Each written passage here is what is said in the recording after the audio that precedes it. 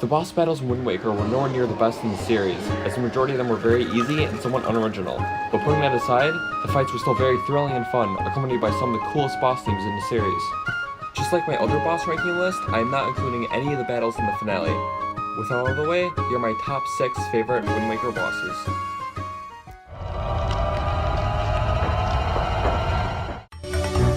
Number 6 on this list is Kale Demos. This fight consists of running in circles with your boomerang and cutting off all the strings that are holding them up. Since this made up 80% of the fight, this got very tedious very quickly. Therefore, it was just a very bland fight and last on this list.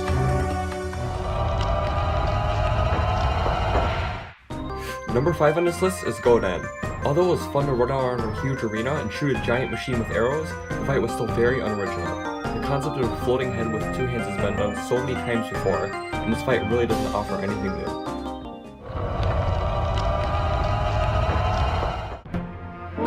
Number 4 is Goma. A lot of times with Zelda bosses, Kareena is nothing more than a setting where you fight the boss. However, with the use of Hallow's tail, not only does interacting with Kareena help take down the boss, but it's a cool feeling knowing that in a way, Hallow is actually helping you take down the monster that's been tormenting you this whole time. Number 3 is Milagro. This is another fight where it feels awesome to take down a boss that dramatically overscales you. I love how this giant sandworm will try to create vortexes to try to suck you in, and how you have to use your hookshot to track its weak point. Overall, just like the Goma fight, it was just another boss that only had a couple things going for it, but it really lacked fun in most of the other areas.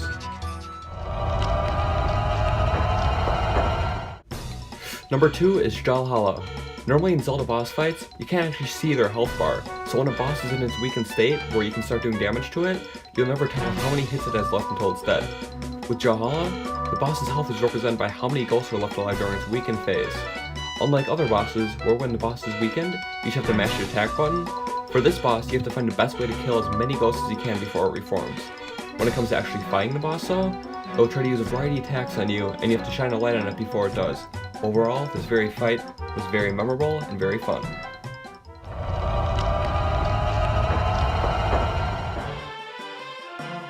Number 1 on this list is the Hallmark King. It was really hard to decide which fight was better, this one or Hallow. I ultimately went with this one as it was a lot more memorable.